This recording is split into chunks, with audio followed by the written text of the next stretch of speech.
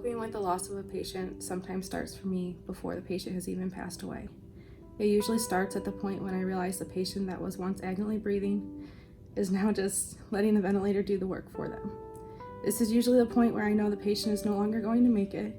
Up until then, that point, and even after, it is about getting to know the family and who the patient was before I met them in this situation.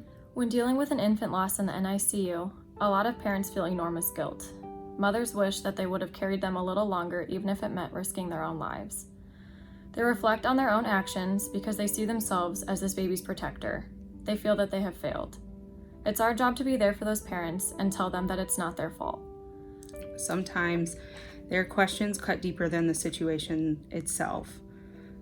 Will I feel like this for the rest of my life? Will I ever be able to smile again? What did I do to deserve this? She is so loved. She never said anything about being depressed. Why didn't she tell me? Of course, because it is not often that it happens when a kid dies. It is I think it's very sad and disheartening for the entire team, because we all strive to do our best to try and save all the kids.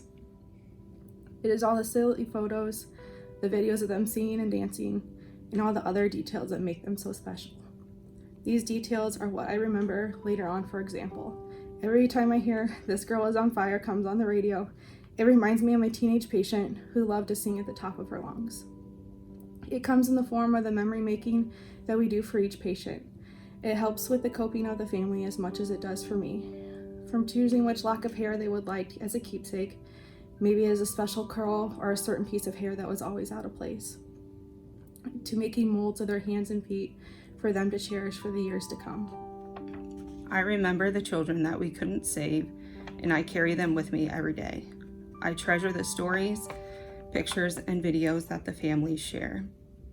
I remember their names, their faces, and the color of their hair. I never forget the sound of a parent's cry when they realize they have lost their child and the future they hoped for.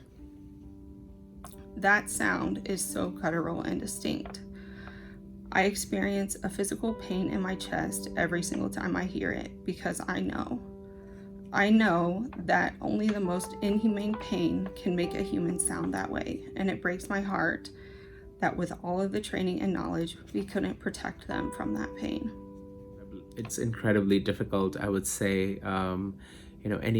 Any loss of a child in our unit is always, I think I personally carry a burden of a couple days, and especially now that I'm a father of a 9-month-old. So it is, I think it's even more difficult than it ever has been.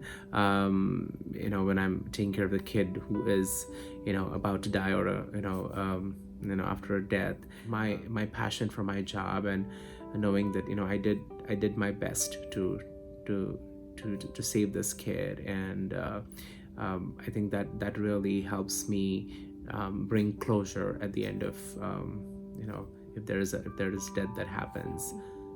After the family has left, I am able to spend some time alone with the patient, rocking a smaller patient or holding the hand of an older patient too big to fit in my lap. I cry with them. They may not have been my child, but for a short while, I cared for them as they were my own. I say a prayer for them and their families. Sometimes you have to take 5 or 10 minutes to cry in the break room or utility room and let yourself feel this deep sadness for just a few moments before regaining your composure. Sometimes you know you won't be able to regain your composure, so you hold it in all day until you get into that car, and then you just sob and pray your whole drive home. It's hard. It's hard seeing wonderful parents lose the very thing that gave them so much purpose and hope. It's not fair. My outlook on bad days changed this summer. I was part of Beacon Children's first honor walk and got to experience how powerful our hospital is. The faces I saw as we made our way from PICU to surgery were not painted with pity, but instead were overflowing with support for us and admiration for our young patient and his brave, selfless mother. Memories of that day and the days leading up to it are still difficult at times, but each day I get dressed and go to work knowing that if the unthinkable happens, we have an entire hospital ready and willing to lend support. I can't describe what that means to me.